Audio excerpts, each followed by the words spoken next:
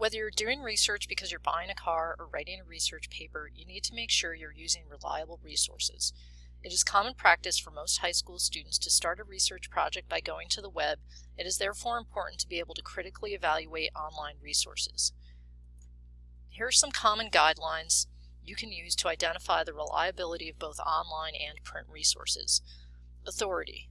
Who is the author and what are their credentials? Currency of content. When was it created and when was it last updated? Accuracy and objectivity. Is the information accurate? Is the information biased? If it's a website, are there any credentials listed? And if it's a website, who created it? Another way you can evaluate online resources is through domain names. Here are some of the most common domain names. .gov are government sites and they're exclusive to the government, and because they're created and operated by the government, they're generally considered reliable sources of information. .edu. This means that a website is affiliated with a university, college, or other educational institution.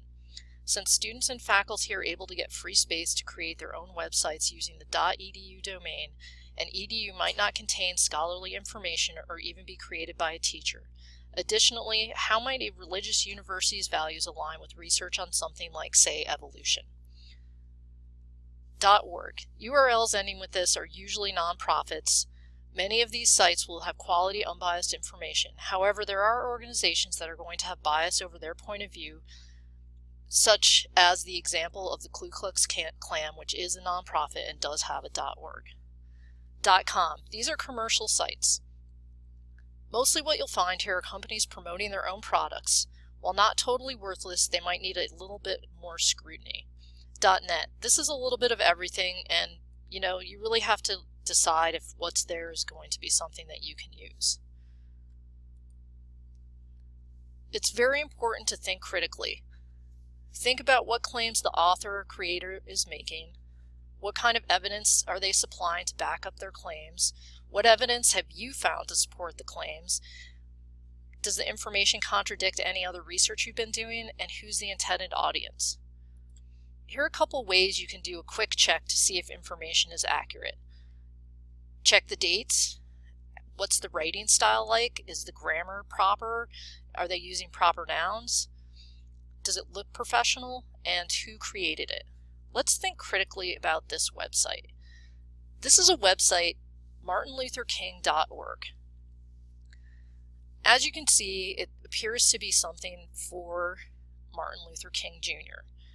The first thing we can do is take a look at it. It doesn't look all that professional.